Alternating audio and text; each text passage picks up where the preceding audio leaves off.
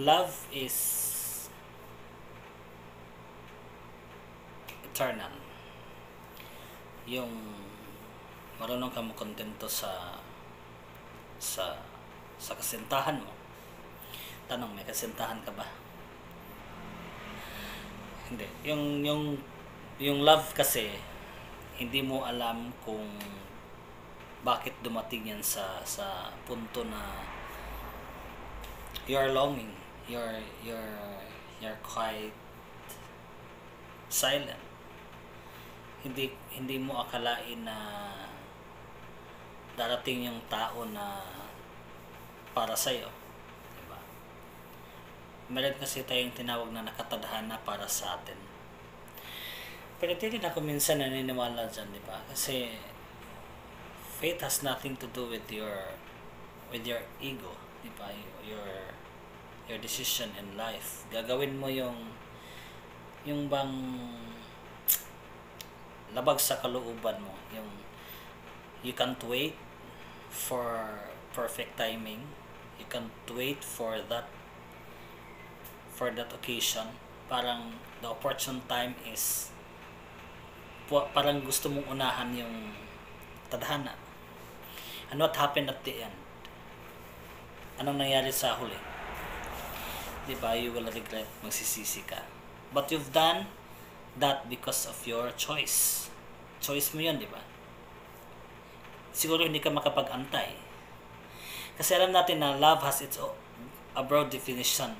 Pero doon tayo sa strong affection, doon tayo sa warm attachment.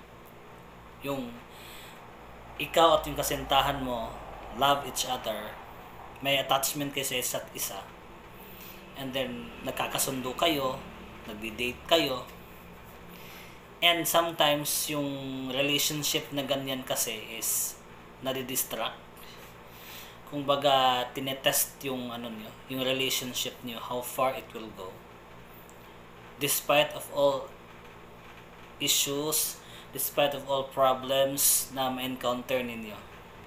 Magagalit yung kasintahan mo, magagalit ka, masisigawan mo siya, and that is just a piece of love.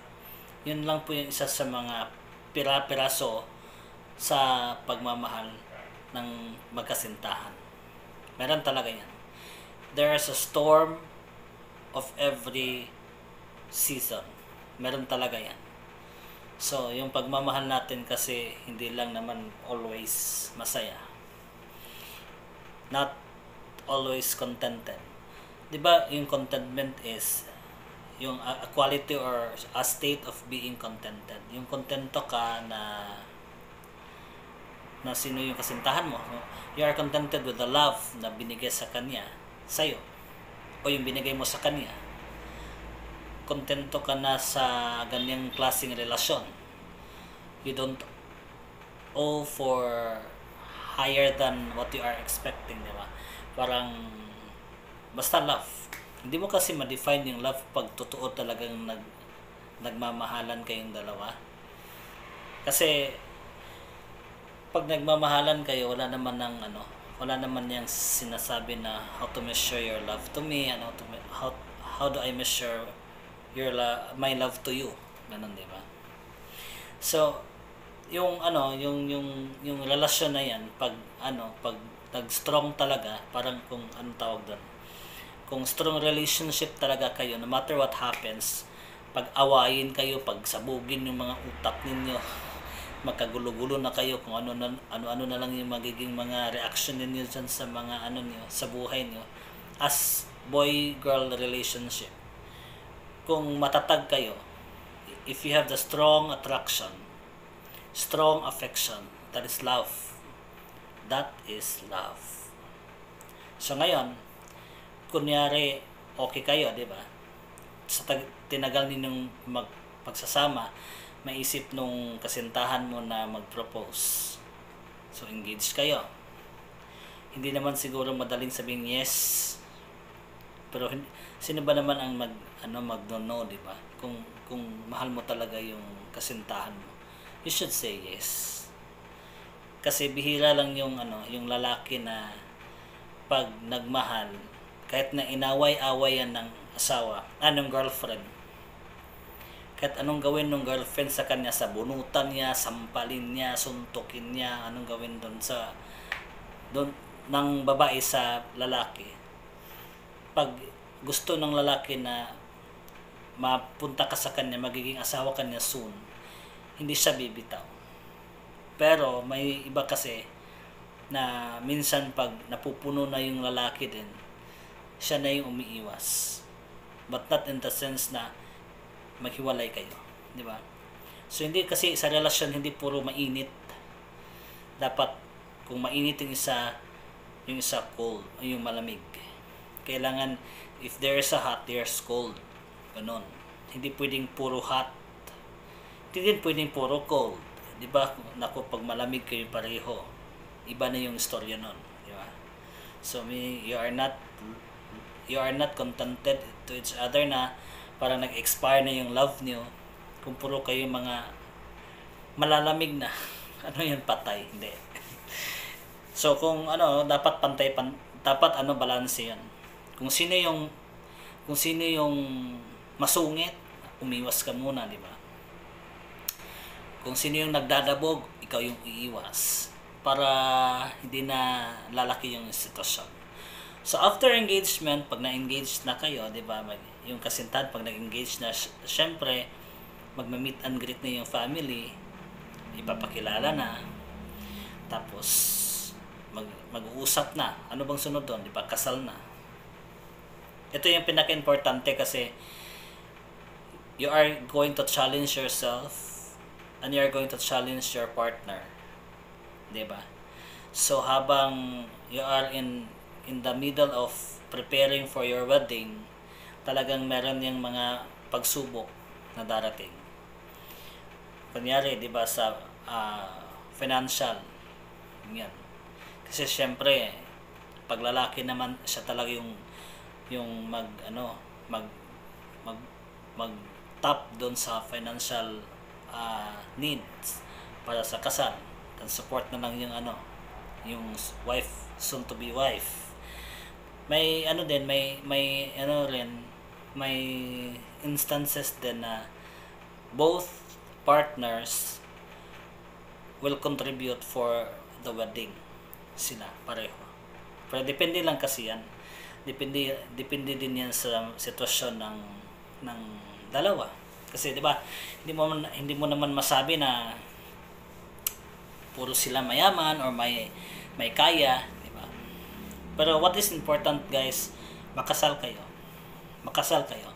Hindi yung pabungga-bungga diyan sa simbahan, meron pa kayong inarkila ng mga sasakyang mamahalin, doon pa kayo kakain sa mga hotel, doon pa sa resort, kung saan pa kayo magbubuk ng mga mamahaling mga lugar just to present yourself best among the couples in the generation. Hindi naman importante yan. What is important is yung vow of marriage, yung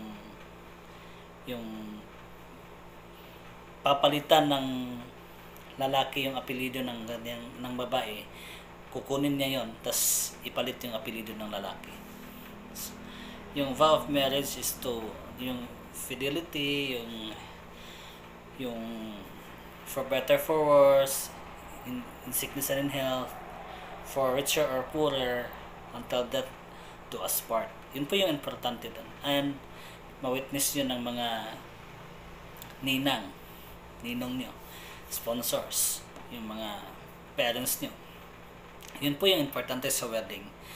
Tapos yung pagpipirma ng marriage contract na isa na kayo, na Mr. and Mrs. na kayo. So yun yung importante. And kapag meron na kayo doon, dumating na sa point na Mr. and Mrs. ka na kayo, so you are going to build a home, bahay, a family home. Yung both of you, iiwan niyo yung parents ninyo kasi bubukod kayo. So yun po yung most challenging part. Pero pag again, if you love each other, gagawin niyo lahat para mabuhay kayong dalawa.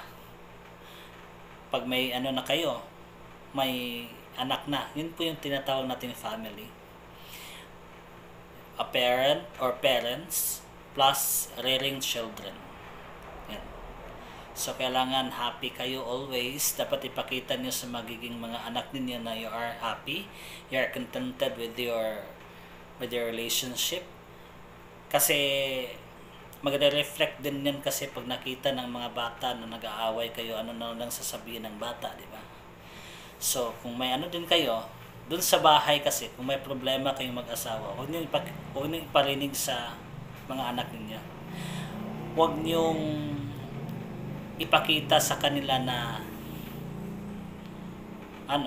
may problema kayo. You can solve it inside the room, or you can talk that problems outside the house. Na wala nang sigaw-sigawan, hindi na magtatapon ng mga plato, hindi na magbabasag ng baso, di ba? So that is not normal anymore for the relationship na pinagsaluhan nyo nung nangako ka dun sa simbahan mismo at sa lahat ng nandun, di ba? So if true love comes into your journey, grab the chance to bring it until the end of your life. Yun, di ba? So kung darating yung talagang tunay na magmamahal sa'yo, hatakin mo na, di ba? Ligawan mo siya, mag-propose ka sa kanya, mag-schedule na ng kasal, bumuo ng pamilya. Kasi minsan lang yung true love. May true love dyan. Hindi mo alam kung ano kailangan niya, di ba? So sometimes may kagamit din sa'yo, di ba? Magkasintahan pa kayo, boy-girl relationship pa. Ang dami nang hinihingi, ang dami nang nire-request. Pag hindi binigay ng lalaki, magtatampo yung babae, di ba ganon? So pa-cute-cute din 'yan, di ba? So I'm not bragging that relationship to those na meron ganon ngayon. Sample lang yun ba? Example lang. Kasi di ba pag totoo naman yan sa sa mundo ng kawalan, dito sa ating mundo na may iba talaga na minahal ka lang dahil sa mga material na bagay, or you just love the person because he has everything that you need, di ba? So, hindi na yan love. If you love the person, accept the person of who and what he is, sino at ano siya, and do not love because of what he has at home. Kunyari, mayaman, di ba? Tapos may magarang sasakyan, magandang pumorma. Pag nakuha mo ng lahat, iiwan mo siya, diba? Ang sakit nun, diba? So para walang karma, para hindi ka balikan ng ginawa mo, kailangan tututo ka doon sa true love, diba? Loyalty and benevolent, yun po yung love. True love, yung loyalty and benevolent, dapat meron ka nun. Kasi kung wala ka doon, hindi yan love, hindi ka magmamahal. So yun lang guys, siguro yung pag-uusapan natin. Basta if you love the person, kailangan tanggapin mo siya ng buong buo. Yan lang. Do not look for another. Do not look for something else na wala naman sa kanya. Just love the person. Day by day, mamahalin mo talaga siya buong buo.